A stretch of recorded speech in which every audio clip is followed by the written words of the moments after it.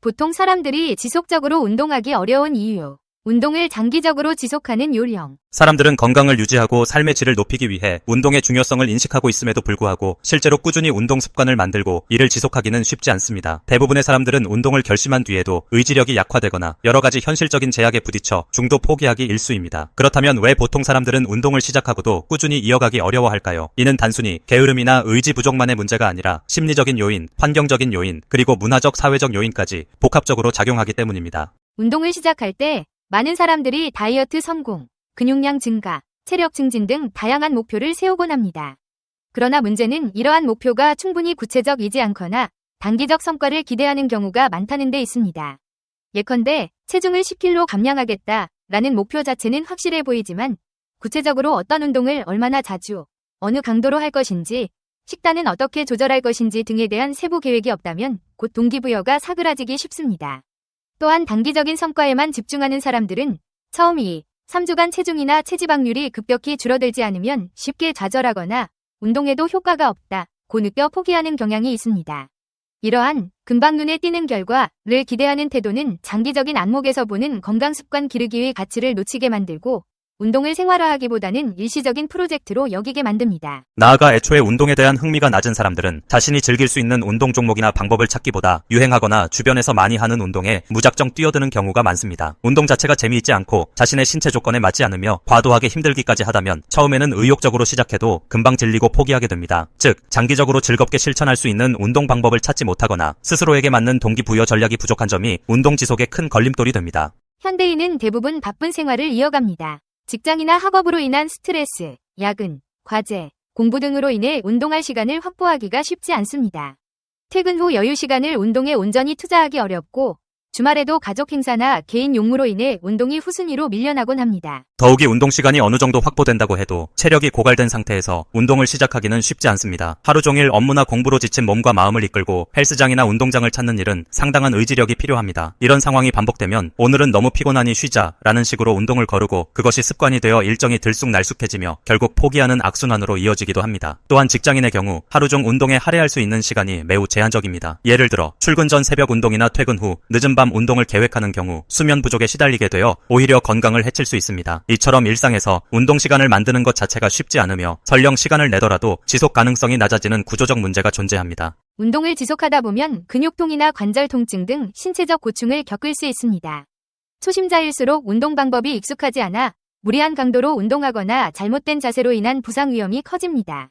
부상이 발생하면 운동을 해서 부상을 당했다는 부정적 기억이 생기고 이는 다시 운동에 대한 거부감이나 두려움으로 이어집니다. 특히 근력 운동을 주로 하는 경우 헬스장 기구를 잘못 활용하거나 과도하게 무거운 중량을 들다 보면 허리나 무릎 등에 무리를 줄 수 있습니다. 이러한 부상은 단순한 통증으로 끝나는 것이 아니라 회복을 위해 한동안 운동을 중단해야 할 수도 있어 운동 흐름을 끊어놓습니다. 그리고 다시 재개하는 데까지 더 큰 결심과 동기부여가 필요해지며 적잖은 경우에는 다시 다칠 수도 있다는 두려움에 쉽게 복귀하지 못합니다. 또한 체력이나 신체 조건에 따라 적절한 운동 방식이 있는데 이를 무시하고 유행을 따라 무리한 목표를 세우면 부상 위험은 더 높아집니다. 예를 들어 요즘 유행하는 고강도 인터벌 트레이닝 같은 경우 초심자나 과체중인 사람이 갑자기 따라하면 관절이나 심폐 기능에 심각한 부담을 줄 수 있습니다. 이런 부상 및 신체적 부담은 운동에 대한 부정적 인식을 키우고 결국 꾸준한 습관 형성을 방해합니다. 운동을 꾸준히 하기 위해서는 단순한 체력적인 측면뿐 아니라 심리적 건강도 중요합니다. 스트레스가 극심하거나 우울감이 큰 사람들은 운동으로 인한 에너지 소모와 시간을 감당하기가 더욱 버겁게 느껴질 수 있습니다.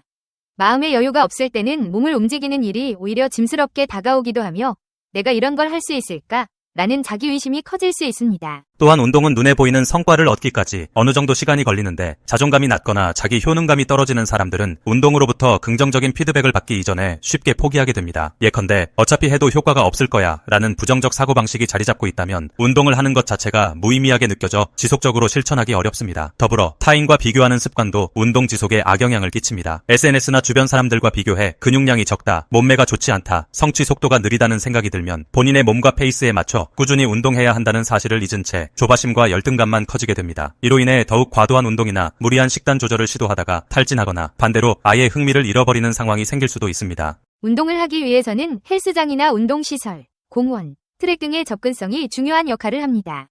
그러나 거주지 주변에 적절한 시설이 없거나 헬스장이나 피트니스 센터의 이용료가 부담되는 경우도 많습니다.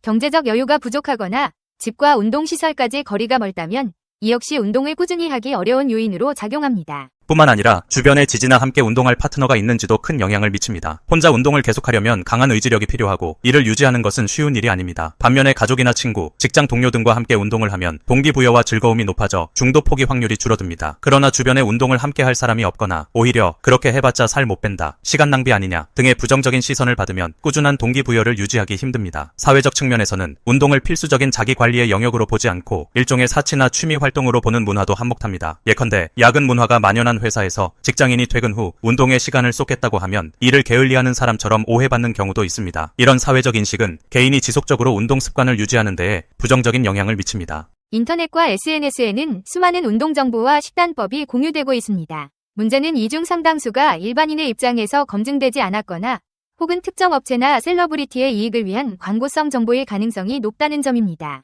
많은 사람들이 빠른 체중 감량이나 연예인 몸매 만들기와 같은 자극적인 문구에 끌려 단기간에 무리한 식단 조절이나 극단적 운동 방식을 시도하다가 오히려 건강을 해치는 경우가 있습니다. 예를 들어 지나친 단식 혹은 극단적인 저탄수화물 식단을 유지하다가 영양 불균형이나 폭식으로 이어지기도 하고 보충제나 건강기능식품에 과도하게 의존하는 상황에 처하기도 합니다. 이러한 잘못된 정보에 기반한 무리한 시도들은 단기적으로 몸무게나 체지방을 줄여주는 것처럼 보이지만 중장기적으로는 신체와 정신에 큰 부담을 주어 운동을 지속하기 어렵게 만듭니다. 뿐만 아니라 이런 식의 빠른 효과를 강조하는 문화는 개인의 몸이 가진 고유한 특성과 회복 주기를 무시하게 만듭니다. 운동 효과는 사람마다 다르게 나타나며 특히 처음 운동을 시작하는 단계에서는 서서히 적응하는 기간이 필요합니다. 그럼에도 무리한 기대를 갖고 성과가 더디다고 판단되면 쉽게 실망해버리는 악순환이 반복됩니다. 운동을 꾸준히 하기 위해서는 어느 정도 변화를 추구하는 것이 중요합니다. 그런데 많은 사람들은 자신만의 다양하고 즐거운 루틴을 만들지 못하고 일정한 프로그램만 기계적으로 반복하다가 금방 질리는 상황을 겪습니다.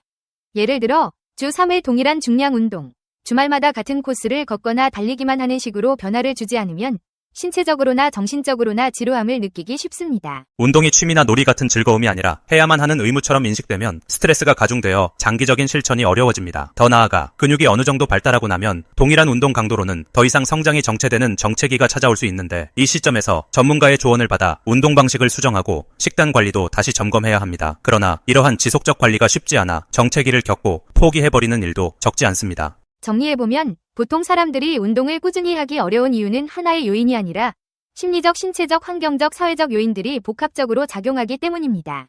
구체적인 계획 없이 막연한 목표만 세워 의지가 약해지는 경우, 빡빡한 일상 스케줄에 치여 시간을 확보하기 어려운 경우, 운동 부상에 대한 두려움 혹은 실제 부상 경험, 왜곡된 정보로 인한 무리한 식단 조절과 과도한 기대, 주변 환경이나 문화적인 인식 부족 등 다양한 문제가 얽혀 있습니다.